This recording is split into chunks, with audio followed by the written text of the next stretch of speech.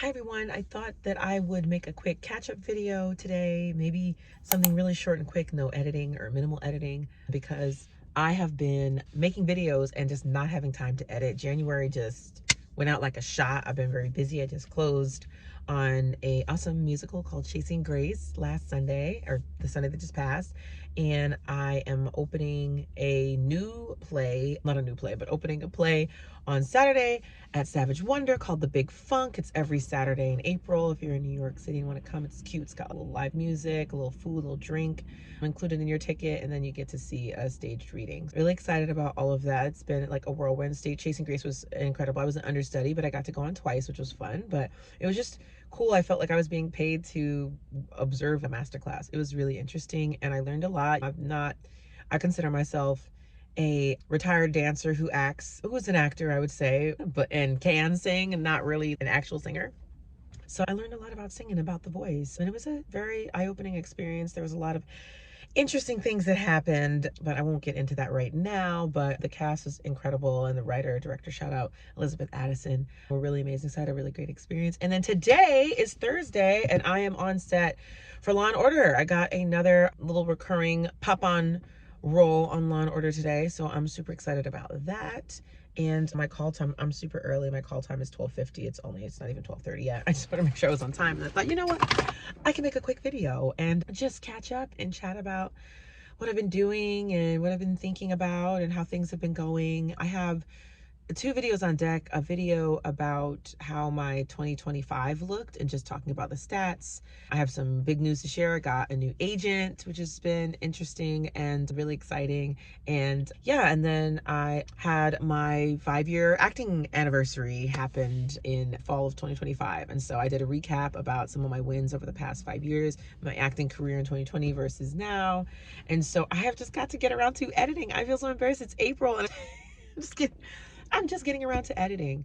But yeah, and I'm thinking about maybe doing a follow-up video. I've been interviewing for some day jobs and doing consulting work as my day job situation for the time being. So that's been pretty cool as well. And just trying to figure out how to balance everything and to continue to keep this career going for me and keep things just fun. I'm so tired right now. I'm not even gonna lie. It's like I've sat for months and had no work, no auditions, and this week was a really busy week audition, and I had a big audition for a recurring role on Reasonable Doubt, which was so cool. And then we closed the show on Sunday, opening another different show on Saturday, coming to Law and Order on Thursdays. Oh my gosh, all in one week. And that's how it is. I really have to say, I started at the top of the year doing some reading and coaching on WeAudition.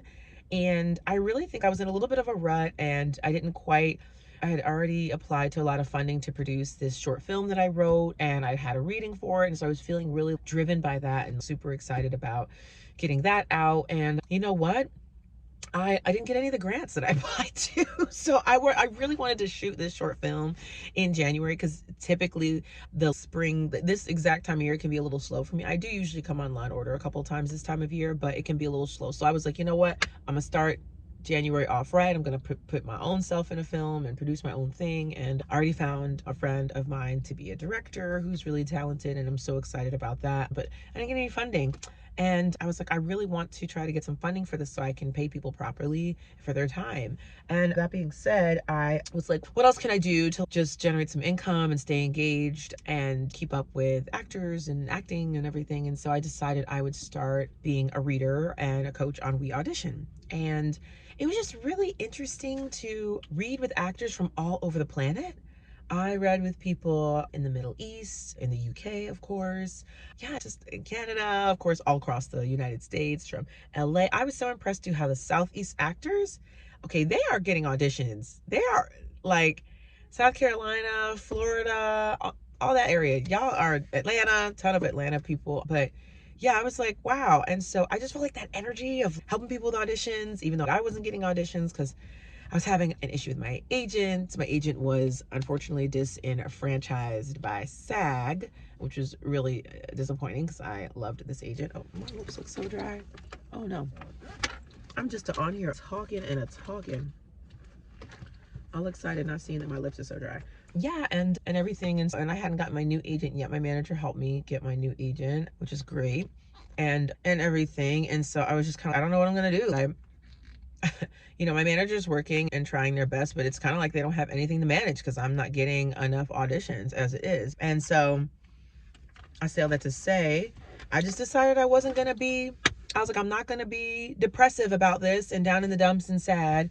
I'm going to just refocus my energy without even thinking. And I really think that did something, because shortly after I started WeAudition, I got the call back for Chasing Grace, which was exciting. I haven't had a call back for musical theater at least a decade. I'm being kind to myself. I think more than that.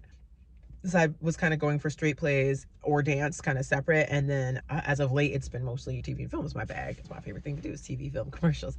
But yeah, I really wanted to do this. This play really spoke to me. It was about Black women in treatment, in rehab. And I don't know, the character's description, the breakdowns that I read were so fascinating and interesting. And so I'm really glad that I had that experience. And so yeah, so we went to the callbacks. Callbacks was really great. And I just felt, because I was already in that space of reading with other actors and engaging with people every day and just picking up sides, I really had no nervousness. I just went right in and was like, you know what, I'm going to treat this again like an acting class. And I was like, I think I'm going to be held back for the dance call. And if that happens, then I'm going to definitely, as a former dancer, like tap into that and perform and give them a good show.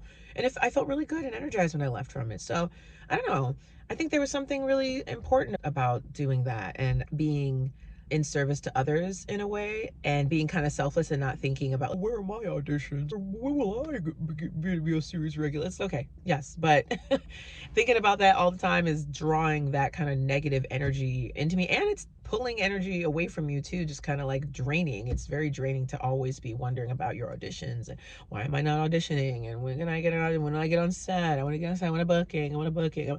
It's enough. So I think I just was able to shake that off at the top of the year and go into, yeah, just into just being a reader mode and be in service and read scripts and break down characters and observe and take things in for myself. So yeah, that was really exciting. And then I booked Chasing Grace and was working on that from February through the end of March, and then was reached out to be in this play that I'm in right now through a relationship that I have. And then was Law and Order just reached out to me to come back on for this. I have not had a whole ton of auditions yet with my new agent. I've had, I think, 2 since I signed with them February, late January, somewhere around there, and everything. But yeah, we're figuring it out already. The auditions have been like higher quality over quantity kind of a situation. So I'm feeling really good about that. All right, I see I'm already at 9 minutes. I don't want this video to be too long because I really don't want to edit much. I really want to get back to making videos and content again and sharing what my acting journey has been like and how I balance it with